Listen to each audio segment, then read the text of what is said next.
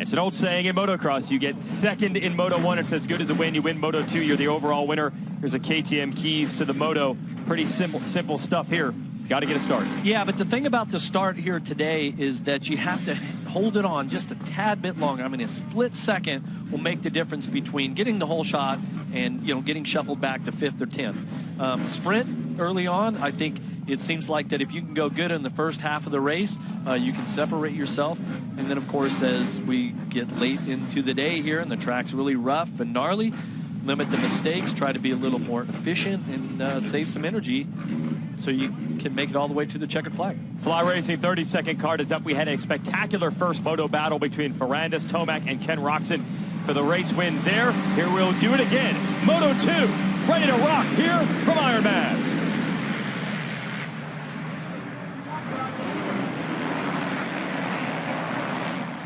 And Ferrandis looking to lead them in. I think he'll have the motorsport.com whole shot. Cooper Webb right behind him. Webb trying to get inside. Not able to do it, so Ferrandis to the lead. Looks like Cody Schock's up there about 5th or 6th possibly. And Tomac around the outside. You see the green Kawasaki. He's about 4th or 5th. So Ferrandis, not known for his starts, had them dialed in today. He started Moto 1 in 2nd, and he has the whole shot here in Moto 2. And there you see Tomac on the inside. You see the pink gear making moves. Pink and green. Then he'll be on the left side of the racetrack trying to get inside the 23 of Sexton. That's a battle for 3rd. So where's Roczen? Yeah, you got to watch Ken Roczen. Like he's lethal on the first lap. Yeah, it looks like you're going to see him come around the right side of your screen there on the inside. It's not putting him about 6th, possibly 7th. Battling with the number 7 of Plessinger. Yeah, just outside the top 5. So here's Webb working with Ferrandis early. Well, Webb had a pretty good moto first time around. First moto was 4th. That was a season high for him. Yeah, but a much better ride overall. Absolutely. Okay, so little by little, he seems to be getting more comfortable. Oh, look, he's putting the pressure on right now. I think he wants to make a pass on Ferrandis, who's setting himself up for the inside at the end of the straightaway. Here it is. Can Webb take it away from Ferrandis, who's going to leave the brakes off late into this corner, and Webb has it. Whoa. That is unexpected right now, but nice to see Cooper Webb out front here in 450 motocross. It has been a struggle season for your supercross champion, Webb. And look at that, not only takes the lead, but pulling away from Ferrandis. It's the first lap, but Ryan Dungey, what have you seen so far? No, this is awesome for Cooper, of course. You know, after that first moto, good finish. He had a good practice session as well. But this is the thing about, we were talking earlier, just that momentum or that gaining confidence, you know. And when you have that, it's just, it's a huge thing. And Jeff can attest to that. Well, I can tell you as of right now, Eli Tomac, he just rolled through the inside on Chase Sexton, and he puts the monster Kawasaki up into 3rd. So we might have the Ferrandis-Tomac rematch. It was a great duel earlier today in Moto 1. But don't count out Roczen either. He's just right there behind his teammate Sexton. And Sexton's been pretty good in the second motos. Not sure what the difference is. I'm not sure why he seems to find his groove, but he's got that sort of loose technique that when the track gets rough, he seems to... Oh, he almost had the inside. I was giving it up there to let you call the pass. He didn't quite get it done, but Sexton's pretty good at the end of the second moto, so see if he can hang in there too. We've got a great 5-rider battle here. Well, we had it last weekend as well with 4 of them, Ferrandis, Tomac, Sexton, Roczen. Now we have Webb in the mix as well. Tomac going a long way around the outside, makes up a ton of time on Ferrandis. Can he use it to get the lead? It's on the inside, not close enough. Decides to switch to the outside. Looking for running room on Ferrandis. Tomac around the outside again. Watch this outside line. No, he's not going all the way out like they were in Moto 1. And Ferrandis comes from the inside out, kind of makes a nice arc around there. Uh-oh. Let's see if neither one of them gets over that little roller to carry the momentum. But Tomac, a big over jump, just sending it to try to get to the inside, down the end of the straightaway on Ferrandis. Let's see if he can make the pass. He's finally got it. Ferrandis is like, seriously, I just got passed twice in the same spot. So let's see if he can get back to the rider's right-hand side down that straightaway and stop the bleeding. Big relief for Tomac. He spent about 35 minutes of the first moto trying to figure out how to get around Ferrandis. He was never able to do it. On the second lap of Moto 2, he's got the job done, and you know what he wants now, the lead from Webb. Look at the dirt flying off the back of, or the bottom of Tomac's bike there as they G out into that takeoff. and they drag the foot pegs through those ruts. Eli Tomac, one of the best to ever do it in this game. He's got 3 championships, but no wins overall this year. Today could be the day, but he's got to get around Webb first to get the math overall in his favor. And this is by far the best ride we've seen from Webb this year. Yeah, definitely. And it's got to feel good to be up front there and have a clear track. And it seems like each and every moto now here lately is starting to get a little better, a little more comfortable. But he's got his hands full right now because Tomac has been strong all day long. Of course, Ferrandis won the first moto. But his lap times right now, your leader was a 2:01. Tomac's lap that time around, a 1:59.8. So about lap. 2 seconds faster. That's role reversal. Webb was greasing the outside line there. And Tomac, who used the outside the last time around, went inside. He actually looks back over his shoulder to make sure he didn't lose too much ground to Ferrandis. He almost did. Look, Ferrandis is right there. Yeah, Ferrandis trying to regroup a little bit here. I mean, remember, Ferrandis is your points lead, okay? The big picture, he's got a huge points lead, well over 40 points, okay? So winning this moto isn't like a must, right? But putting in a strong effort, and of course you want to ride to your potential, but we're starting to get to that point of the season where you really have to be conscious of that. 46-point lead over Roczen. But if you're feeling it, you go for it. If you're feeling comfortable. But if you're not, that's when you really have to be cautious. And you also see Roczen and Sexton were battling side by side, the Honda HRC teammates, for 4th, as Tomac begins to put the press on Webb. Now here's what's on the line also right now. You can only score 50 total points in our given race weekend in this series. So for Ferrandis, the goal would be to have a 50-point lead at the end of next weekend's racing, and then he could wrap the title up early. He's got a 46-point cushion on Roczen right now, so every point would count as far as trying to win the title early, which obviously takes a lot of pressure off. Tomac will focus back on the battle for the lead because Tomac wants it. Yeah, and if you're Ferrandis, right, talking about the points lead is... like I mentioned, if you're comfortable, go for it. Try to build up those points because you never know when you're going to need them. Tomac now going to be on the inside of Webb at the top of the Godzilla jump at the top of the hill. Whoa, that's Webb. Close. Here's the thing about Webb. He is so crafty. He makes it difficult to make passes. He has been fighting these guys this year. He just hasn't had the pace to hold them back. Let's see what he can do this time. Look, they both want that outside. They both want it. Yeah, there's a couple of lines on this track here where the riders are going all the way outside, finding the smooth line, and it's working for him. Oh, that's close too. Wow. I'm telling you, we saw it in Supercross. It's part of the reason he's a champ. He had a little more speed there, but the racecraft, Webb just knows how to adapt, and there were about 3 consecutive sections where he knew exactly what Tomac wanted to do, and Tomac couldn't do it. So Tomac's got to reset and deal with Ferrandis now. And let's see about Roczen. Yes, he's in 4th, so he has completed the pass on Sexton. Look, Ferrandis is right there. Ferrandis determined to make that left side work. He got passed a couple of times in that very corner. He continues to use the outside, and if anything, he actually closed back in. Yeah, you never know if the lines are going to change. That's one of those areas where there's a lot of sawdust on the track, so those lines are going to move as the moto goes on. They're going to change and evolve. Ferrandis still trying to work that line. That's where he's comfortable. Well, Tomac got to Webb, but he has not been able to make the pass. Wow. Kicking up dirt with the side of the motorcycle on the takeoff of that jump. Yeah, and there's a lot of risk going on there. If you drag that foot peg and it stops your momentum too much, you can go over the bars, and Tomac seems like he's doing that each and every lap. Look, he's been trying this outside right here, and Webb's going to close him off. He's got no room there to work with. Okay, this is going to be a left-right exchange. Tomac comes in hot around the outside to set up for the inside here. Can he complete the pass? He's got it. Eli Tomac to the lead. Tomac has been on fire here today. He really riding, very much like the years that he won the title. 3 straight titles in this championship. Yeah, it has been puzzling this year. He has been very good at times, great in others. It has not been quite at the championship level, but right now we are seeing everything Eli Tomac is still capable of as he tries to get away for the field in Indiana.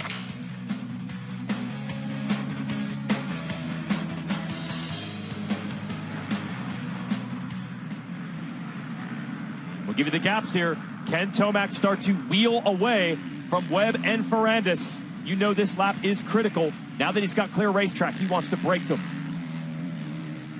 Well, then as we get close to the halfway point in this moto, remember in the first moto on the podium is that Tomac said he felt really fresh, said he felt great, where Ferrandis, who won the moto, what was the quote? That he suffered?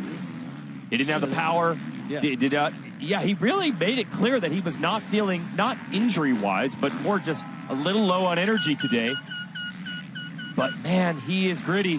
Every time you think you've got the guy covered, Ferrandis figures out a way, and he's doing that right now, going after Webb for second. Yeah, Ferrandis, if he wants to win both motos here today, he's going to have to get on it because Tomac has a clear track, and you can see he already came across the line last lap, another 159. Everyone else is at least a 201 or higher. I mean, Tomac just uncorked a super fast lap, and that's not the only 159 that he's done. And that's pretty much what we expected. Once he got around Webb, you knew he was going to try to open that gap immediately. Tomac has done it. It leaves us with these three battling because Roczen is still in the picture as well. Webb, Ferrandis, Roczen, Sexton, Cody Schock getting better with every week. The privateer out of Delaware and the FXR Chaparral Honda. He has really been a star this summer. 6th in this moto right now over Plessinger. Savachi, Bogle, Hartranft round out the top 10. And number 11 of Kyle Chisholm seems to finish 11th in every moto he races with us. What happened there with Ferrandis? Yeah, Ferrandis goes to cut to the left and cut across that rut, and the rear tire just caught that rut, and he went sideways, but normally you just stay in it and the bike will get back in line, and certainly that's what it did for Ferrandis. It's that long tabletop. And everyone has realized the outside line is the way to go. You know, if it ended like this, Webb would actually be second overall. Could be looking at his first podium of the day today.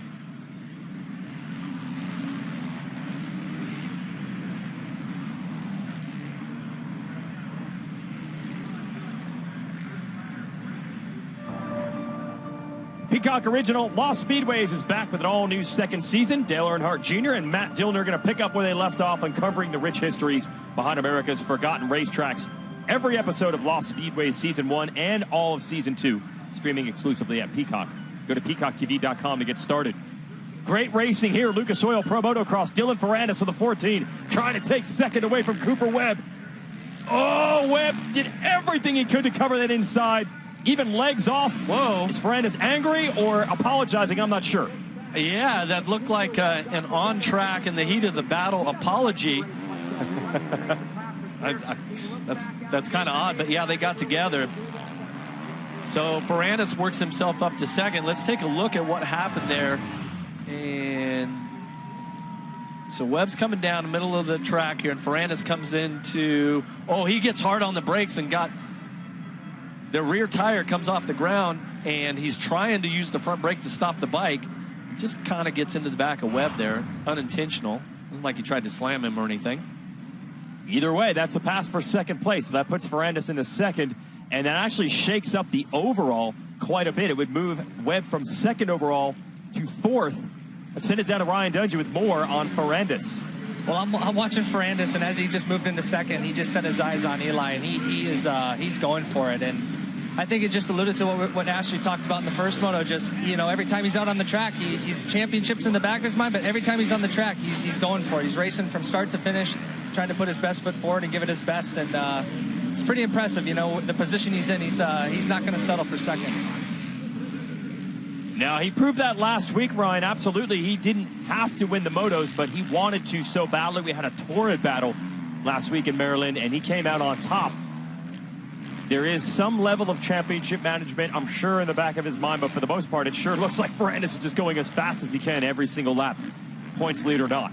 Well, now that Ferrandis has a clear track up to Tomac, 4.1 seconds behind. Let's see if he can chip away at that lead. And the last time around, Ferrandis was a 201.3. He's coming by the finish line right now. Let's see if he goes a little quicker now that he doesn't have Webb there in front of him. Uses a different line this time around. Ferrandis going to go to 2:07. Still, Tomac, though, last time around was a 1:59.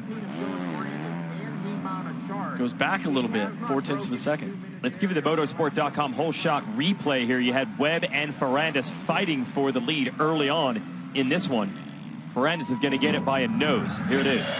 Check out the motorsport.com whole shot replay as Ferrandis gets in there. Well, it's like you said, you can hang it out around the outside, and that's what Webb tried to do.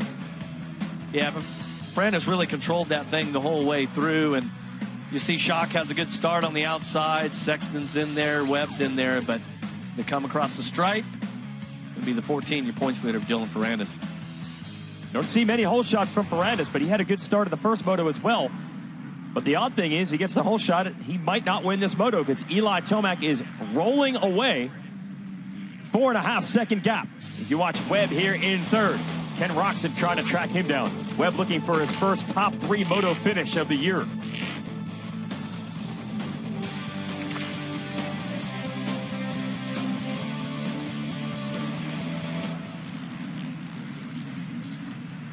Well, all the way back to practice today, Ryan Dungey was saying it looked better for Cooper Webb, and now it's working out results-wise. The 4th in Moto 1 was his best result in a moto this year, and this is one spot better. Yeah, and we spoke about it earlier, I believe, in the first motos, but you wonder if Webb's slow start to this championship, I guess, it had to do with, some sort of hangover after Supercross, right? I mean, just had poured everything that he had into the Monster Energy Supercross title and really maybe didn't put a lot of preparation into his setup or his bike and whatnot, which is definitely necessary. I actually thought that his bike looked really rigid and stiff to begin with, which is kind of a, something that if you ride your Supercross bike and it's that way and then you go to a motocross, oh, look at that. Sexton has just taken the measure of Roczen. He caught him, and I thought a battle was brewing. It's not even a battle. Sexton just blew by in midair. Yeah, just around the outside there, and Roczen's getting roosted now. And Sexton starting to get away. Roczen going to try to reset. That'll push him back to 5th. Another Honda rider, Cody Schock, running well in 6th. Bogle, Savachi, Plessinger, Hartranft round out the top 10. Sexton is finding his groove here.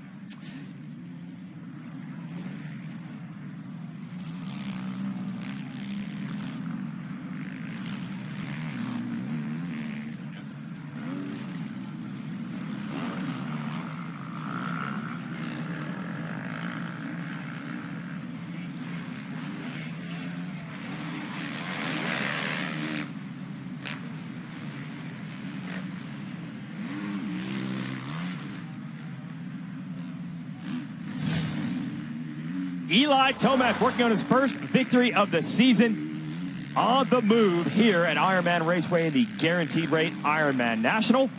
Send it down to Ashley Rayner trackside with a special guest. Ashley? That's right. I have a BMX Olympian, Felicia Stansel, with me right now. Felicia, welcome back. How was Tokyo? Thank you. My experience, I loved it. It just happened, so I'm still taking in all the emotions, and I ended up 4th place. A little bittersweet feelings, but I think I got one more Olympics in me. I just want to keep improving. And how did you start with BMX? How did you get into it? I've been racing BMX for 20 years. My dad introduced me to the sport when I was 4 years old. So I've been in the industry for so long, and it's just so cool to see the overlaps with BMX racing and motocross. I love it. Is that what makes you a fan? What do you think of the racing here today? Yes, it's amazing. The finals are going right now. It's so hard to I keep peeking over, but yeah, it's very exciting. Well, let's talk about the rest of your year. What are your goals ahead and coming into 2022? So there's still one more title for the line this year, so I'm going to be training really training hard and working hard for that title. But then there's World Championships each year and a few more titles before Paris, but I'm looking forward. I'm locked in and I'm ready. Where can people find you and follow your story? Instagram, Felicia Stansel, and yeah, I'm most active on Instagram. Well, I am impressed, you guys. We watch BMX all the time. My husband, Robbie, and I love BMX racing, and a lot of the riders out there do, too. Olympian down here with me. That's right, Ashley. A lot of these motocross riders actually started BMX as bicycle motocross, and a lot of them start that way and then sometimes go on to the motorcycles. Eli Tomac certainly has a background in bicycles. Both of his parents were world class on mountain bikes. His dad, one of the all-time legends, John Tomac. His mom, Kathy, no slouch either. And they helped him build the type of fitness he needs for the second half of these motos. We're halfway through. 15 minutes, you can save 15% or more on your insurance with Geico. And now it's just a matter of managing this lead, and Eli Tomac will finally have an overall win this year. This seemed inevitable. Yeah, this ride that he's put on here today in both motos, and more specifically this moto, this is the Eli Tomac that won 3 straight titles. He's had just an incredible flow all day long, and he's on his way. He's got about 10 minutes plus 2 laps to try to win this moto and win the overall. One of the best to ever do it, Eli Tomac, and he is not done. Going to be leaving the Kawasaki team at the end of the year, but he'll be back racing this championship. And who knows, maybe one of these years he gets championship number 4. Rides like this, he certainly shows he has what it takes to remain a contender for years to come. Tomac has made this track his as he's getting away from Ferrandis, Webb, Sexton, Roczen, and the rest of the field.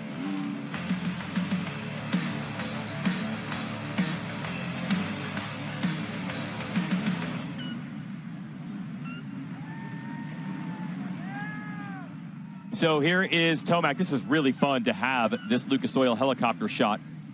And it's over, man. He has opened it up to over 8 seconds on Ferrandis. Oh, yeah, he's just, I mean, he's in the mode right now. He is just, this ability that he has to excel when the track gets really rough. He just bounces through things and keeps his momentum, and he makes it look really easy. We haven't seen that a lot this year. There were 3 straight second motos that he won. That's you're right. thinking, okay, somewhere along the line he's going to put it all together. And then he had a little bit of a lull again where he just couldn't find his groove, but he certainly has here today at Ironman. Looking at his 26th career overall win in this class, if he can hold on to it. And there's still time. Got to keep it on 2 wheels as he continues to pull away from Ferrandis. The big story is that Sexton was really looking strong getting around Roczen, but he has not been able to close down on Webb. There's still about a 4-second gap. Yeah, at least as far as the top 5, that seems to be where the last battle is, and you have to give it up for Dylan Ferrandis right now. He was 10 seconds off the lead, but he definitely is doing what he has to do to manage this championship, and he inches his way ever so closer to winning this in his rookie year. We might finally see the first time where Ferrandis is just saying someone else has got me, nothing I can do about it. Look at this. Webb coming back on Ferrandis. It's only 2 seconds. Absolutely. So part of the reason that Sexton has not been able to catch Webb is because Webb is still in hot pursuit of Ferrandis.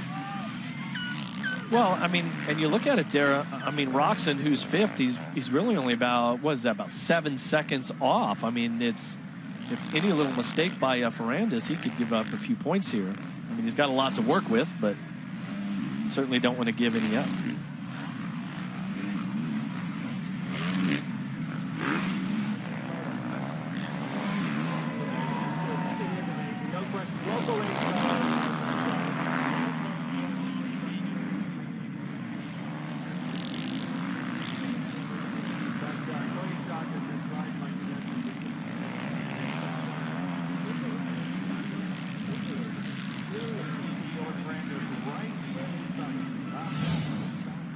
Battles are not complete here. Late in the day, Lucas Oil Pro Motocross Guaranteed Rate Ironman National. Jason Wygant, Jeff Emig, Ashley Raynard, Ryan Dungey here to give you the call. That is Cooper Webb at the number 2, the Red Bull KTM. He was pushed back to 3rd by Dylan Ferrandis. We thought maybe Chase Sexton from 4th would catch him, but Webb has found some strength late in the moto. He's closing back up on the 2nd place rider. That is Dylan Ferrandis. Yeah, well, putting in a strong charge here at the end of this race. KTM definitely has to be happy to see some progress out of the number 2. But if you're Dylan Ferrandis, you think, okay, I just want to manage this race. I'm going to cruise back. I'll accept the 2nd after winning the 1st race. As far as the points battle goes, you've got Roczen back in 5th. Okay, great, no problem. And then here comes Webb, putting on a strong ride. And he's going to take this thing down to the checkered flag. There's a little over 6 minutes plus 2 laps to go. And it looks like Aaron Plessinger is going to call it. Came in with some very nasty injuries after a huge crash 2 weeks ago at Unadilla. Wasn't able to complete either of the motos last week in Maryland. He did finish the 1st moto today, but late here at Moto 2, it looks like he's headed back to the pits. I would assume that is injury-induced, not obviously positive yet. as we continue to watch Ferrandis to see if he can hold Webb off. Actually, this last lap around, it looks like the advantage went to Ferrandis. Well, last time Webb was quicker, but yeah, it looked like Webb has lost just a little bit. But you got to be, if you're KTM and the whole crew there, you got to be happy that Webb is finally starting to get it figured out, because earlier in this championship, it was like he hit every bump out there. And today he's got a little bit better flow, speed's better, and the podium. I think this will be his first podium overall. Yeah, absolutely. Yeah, Moto first podium. Moto podium of the season. Yes, and we'll see how it turns out overall. He might be on the overall podium as well, depending on how these scores work out. But yes, he only had a 5th as his season best in a Moto until today. Also, some big changes behind the scenes. Webb has moved on from the Alden Baker training program, the legendary Baker's factory that has led to so many titles, including several Supercross championships for Webb himself. Now rides at what is called the 83 compound. That's Chad Reed's old track over near Dade City, Florida. And so Webb has changed his program up. And it has been a struggle a bit this summer, but he's starting to find his groove. No better time than now, I guess. Season's not done. So Webb just keeps on digging as we go check in on our leader. Eli Tomac is 4th on the all-time career win list with 25 overall wins for his career. This would be number 26. And he's 3rd overall in career Moto wins, behind only Ricky Carmichael and our own today, Ryan Dungey. One of the best to ever do it. Doing it again today.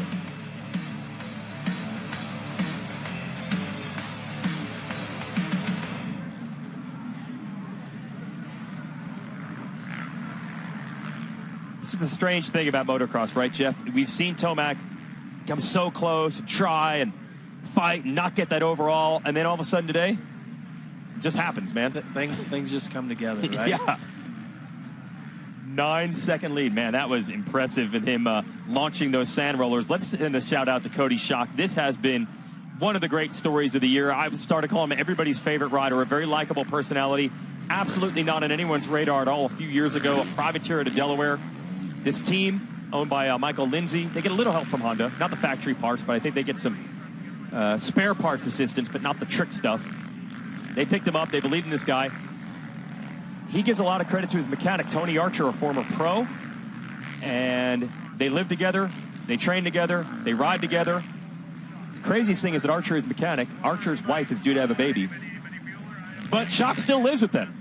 And Schock's going to be helping them change diapers as well. That's going to come any day now, potentially. Yeah, the feature that was last week, on those two was fantastic, the partnership that they have. And it's kind of rare, if you will. You don't see a lot of ex-pro riders turn mechanics. Yeah. Knowing how much work that is, you don't want to go that direction. But it's working for them, and Cody Schock here has just been outstanding. This should be his season best Moto. And his best previous was last week, so he's really building right now. Schock, again, just such a fun personality. And each race he's getting better and better. Top 10 overall for the first time at Unadilla. Then beat that by a few spots last week, and it will be even better today. Schock is looking at 6th overall.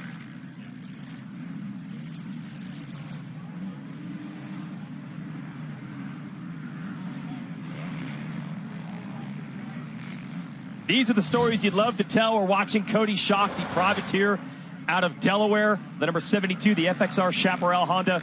A couple of years ago, no one had heard of Cody Schock. Got to credit the team owner here, Michael Lindsay of this team. Took a chance on him, paired him up with an ex-pro rider named Tony Archer. And Schock gives Archer so much of the credit. You don't normally see ex-pro riders turn mechanics, but Archer, he has taught Schock so much. Top 10 overall for the first time 2 weeks ago. A couple positions better last week. Now working on 6th today, so 3 straight weekends of career highs.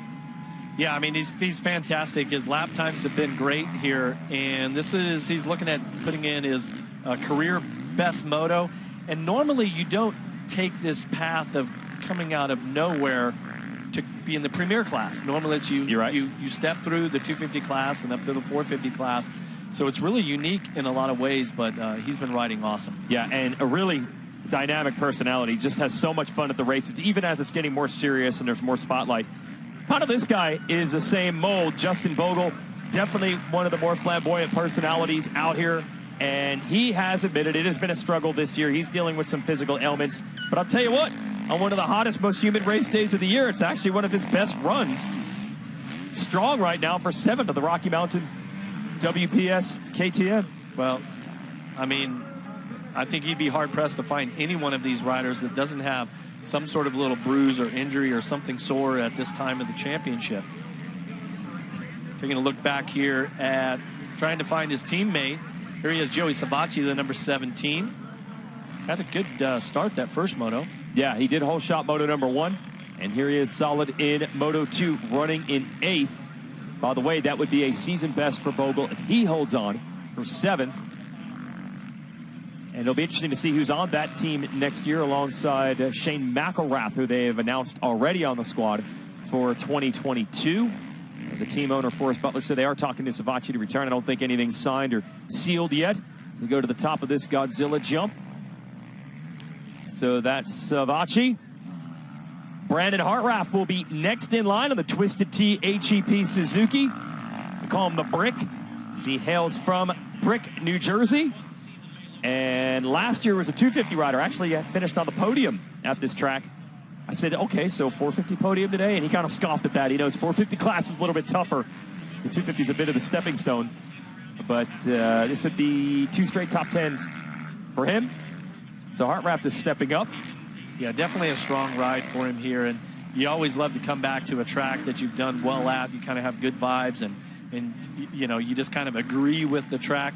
Certainly that's the case for Hartranft. And next in line, we finally get to call this year Chiz Gonna Chiz, the ageless privateer. Kyle Chisholm only races a limited schedule of Lucas Oil Pro Motocross these days.